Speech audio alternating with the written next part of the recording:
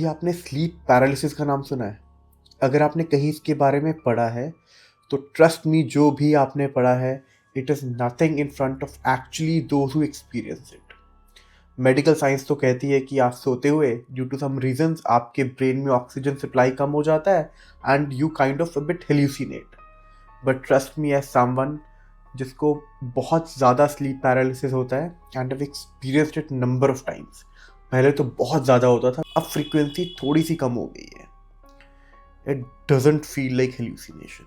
It actually feels so real. And it was the scariest जब ये पहली बार हुआ था। Almost 15 साल पहले की बात होगी। मैं अपने रूम में शाम के 4 बजे के आसपास लेटा हुआ था एंड सडनली मेरी नींद खुलती है। मैंने उठने की कोशिश की, मैं उठ नहीं पा रहा, मेरे हाथ नहीं हिल रहे। और तभी मेरा ध्यान जाता है कि सामने दरवाजे के पास वाइट साड़ी में कोई लेडी खड़ी है। मैं चिल्लाने की कोशिश कर रहा हूँ, मेरे गले से आवाज़ नहीं निकल रही। मुझे टोटली कुछ भी समझ नहीं आ रहा कि क्या हो रहा है। और ऊपर से वो लेडी आहिस्ता आहिस्ता मेरी तरफ आ रही है।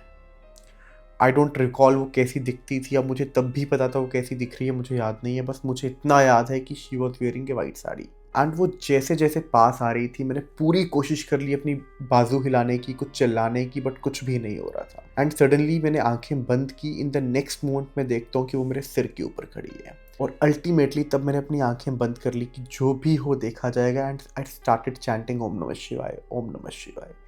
And suddenly somehow after some time my sister came, she slapped me and I came out of this sleep paralysis. Even अभी भी कई बार होता है, बट इसकी फ्रीक्वेंसी काफ़ी कम हो गई है।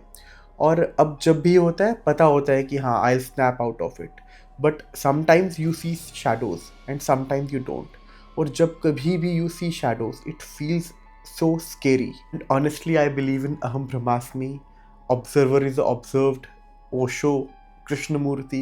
बट जब कभी भी रात को 2 या 3 बजे ये एपिसोड होता है, तो भाई हनुमान चालीसा ही चलानी पड़ती है। एंड हनुमान चालीसा चलाते चलाते आपको सोना पड़ता है। That is the only way out.